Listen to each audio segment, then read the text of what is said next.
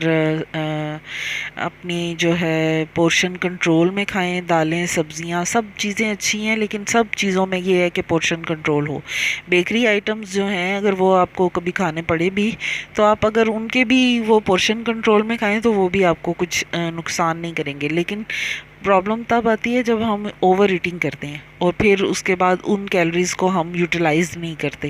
تو وہ پھر ہماری باڈی کو بہت زیادہ ہمارے سسٹم پہ ہیوی ہو جاتی ہیں یہ چیزیں، تو اس لیے جو ہے وہ ویٹ گین ہو جاتا ہے، کیونکہ باڈی نے وہ انرجی یوز نہیں کی ہوتی، اس وجہ سے جو ہے وہ ویٹ گین ہوتا ہے۔ لیکن اگر ہم اس کو آرام سے اپنے یوز میں لے کر آئیں، ایک پراپر انٹیک ہو ہمارا، اور پھر اس کو ہم ٹھیک طریقے سے یوٹیلائز کریں تو ویٹ گین کبھی بھی نہیں ہوگا۔ لیکن اب پرابلم کیا ہے کہ جن لوگوں نے ویٹ گین کر لیا اب انہوں نے لوز کرنا ہے. لوز کرنا جو ہے ہماری باڈی ویٹ لوز کرنا نہیں چاہتی, اور ہمارے لیے بھی مشکل ہوتا ہے کہ اتنے وزن کے ساتھ جو ہے ایکسرسائز ہم نہیں کر سکتے, کیونکہ پھر ہڈیوں پہ جوڑوں پہ بوجھ پڑتا ہے اور ہمت بھی نہیں پڑتی, سانس پھولنے لگتا ہے. اس طرح کی چیزیں جو ہوتی ہیں ان کو ہم آہستہ آہستہ پہلے ڈائٹ کو کنٹرول کریں, اس کے بعد پھر آہستہ آہستہ سے ہم اپنی باڈی کو اس فارم میں لے کر آئیں کہ وہ ایکسرسائز یا واک ایٹ لیسٹ, کیونکہ جب انسان کی تھوڑی ایج زیادہ ہوتی ہے تو پھر وہ اتنی پہلے جتنی ایکسرسائز یا ایکٹیویٹی نہیں کر سکتا, اتنا ایکٹیو اس کا لائف سٹائل ویسے بھی نہیں رہتا, نیچرلی بھی وہ تھوڑا سلو ہو جاتا ہے, اس کا میٹابولک ریٹ ایوری تھنگ اس کی جو ہے وہ سلو اس میں آ جاتی ہے. تو اس وقت کے لیے پھر یہ ہے کہ ہلکی پھلکی واک کی جائے اور لائٹ ایکسرسائز کی جائے. اپنے بلا وجہ اپنے اوپر اتنا برڈن لینے کی ضرورت نہیں ہے, لیکن آپ اپنے اس ٹائم اپنی ڈائٹ کو کنٹرول میں کر سکتے, ہلکی مطلب ہیوی فوڈ نہ لیں آپ, وہ فوڈ لیں جس میں آئل یا دیسی گھی یا یہ دوسرے مرچ مسالہ جات بہت تیز نہ ہوں, تو وہ ہمارے لیے پھر سسٹم کے لیے بہت فائدے میں رہتے ہیں. سبزیاں زیادہ لیں, ہو سکے تو اسمودی بنا کے پئیں, نہیں تو سوپ کی فارم میں بھی لی جا سکتی ہیں, وہ بھی بہت فائدے میں رہتا ہے. تو بس یہ چھوٹی چھوٹی ٹپس ہیں جن کے اوپر اگر ہم عمل کریں تو جو ہے ہیلدی لائف گزاری جا سکتی ہے. پھر یہ ہے کہ کلونجی 99 بیماریوں سے شفا ہے کلونجی میں, یہ آپ صلی اللہ علیہ وآلہ وسلم نے فرمایا ہوا ہے. تو اگر ہم ایک چٹکی کلونجی درود شریف پڑھ کے صلی اللہ علیہ وآلہ وسلم پڑھ کے تو وہ اگر ہم کھا لیا کریں پانی کے ساتھ تو وہ بھی اچھا ہے, یا چائے یا ہنڈیا میں سالن میں درود شریف پڑھ کے جو بھی چیز بنا رہے ہیں درود شریف پڑھ کے ایک چٹکی کلونجی اس میں ڈال دیں تو وہ جو ہے وہ ہمارے اندر سسٹم میں انشاءاللہ وہ بھی ٹھیک رکھے گی. پھر ایک چیز کیا ہوتی ہے کہ جب ہم ایک بار ویٹ لوز کر لیتے ہیں پھر اس کو مینٹین رکھنا بڑا ضروری ہوتا ہے, لیکن ہوتا کیا ہے کہ ہم خوشی میں دگنا کھانے لگ جاتے ہیں کہ چلو ہم تو اسمارٹ ہو چکے ہیں اور اب ہم ایسا کرتے ہیں کہ تھوڑا لے لیتے ہیں, خیر ہے کچھ نہیں ہوتا. تو وہ تھوڑا تھوڑا کرتے کرتے پھر ہمارا اپنے اوپر سے کنٹرول ہٹنے لگتا ہے, اور جو ہم لوگوں نے بڑی مشکل سے اپنے آپ کو روک کے رکھا ہوتا ہے تو ہم اس سے ڈبل ٹرپل کھاتے ہیں کہ ہم تو بہت زیادہ کمزوری آنے لگ گئی ہے, چہرہ پتلا لگنے لگ گیا ہے اور کافی ویٹ کنٹرول میں آ گیا ہے, تو اچھا اب ہم اسمارٹ ہیں, اب ہمیں کھا لینا چاہیے اور بس تھوڑا سا ہی کھائیں گے, ابھی اتنا زیادہ تو نہیں لے رہے, اس سے کچھ نہیں ہوتا. وہ تھوڑا تھوڑا کرتے کرتے ہمیں پتہ ہی نہیں چلتا کہ کب ہم نے اتنا ویٹ چڑھا لیا دوبارہ سے, اور کبھی کبھی تو ڈبل اور کبھی ٹرپل. تو اس کے لیے طریقہ یہی ہے کہ جب آپ کو احساس ہونے لگے کہ ویٹ بڑھ گئے دوبارہ سے آپ اس کو کنٹرول پھر زیرو سے شروع کریں, آپ دوبارہ سے اسی طرح ایسے فرسٹ ڈے کی طرح کہ جیسے ابھی آج ہم نے ڈائٹنگ سٹارٹ کی ہے اس طرح آپ سٹارٹ کریں, اور پھر آہستہ آہستہ کرتے کرتے طریقہ وہی ہے کہ آپ نے دوبارہ سے اپنی ڈائٹ کو پورشن کو کنٹرول میں لانا ہے, اور سبزیوں کا اور سلاد کا اور سموتھیز کا اور سوپس کا اور اس طرح کی چیزیں وہ اپنے انٹیک بڑھا دیں, وہ زیادہ لیں, اور کاربز یعنی کہ روٹی چاول چینی بیکری آئٹمز نان میدا اور اس طرح کی چیزیں کم کر دیں, اور سادہ کھانا جو ہے زیادہ مرچ مسالے والا نہ ہو, مرغن کھانا زیادہ نہ ہو, ہیلدی کھانا ہو, اور اس کو آپ کم آئل میں بنائیں اور وہ آپ لیں, تو آپ انشاءاللہ پھر سے آپ کا ویٹ کنٹرول میں آ جائے گا.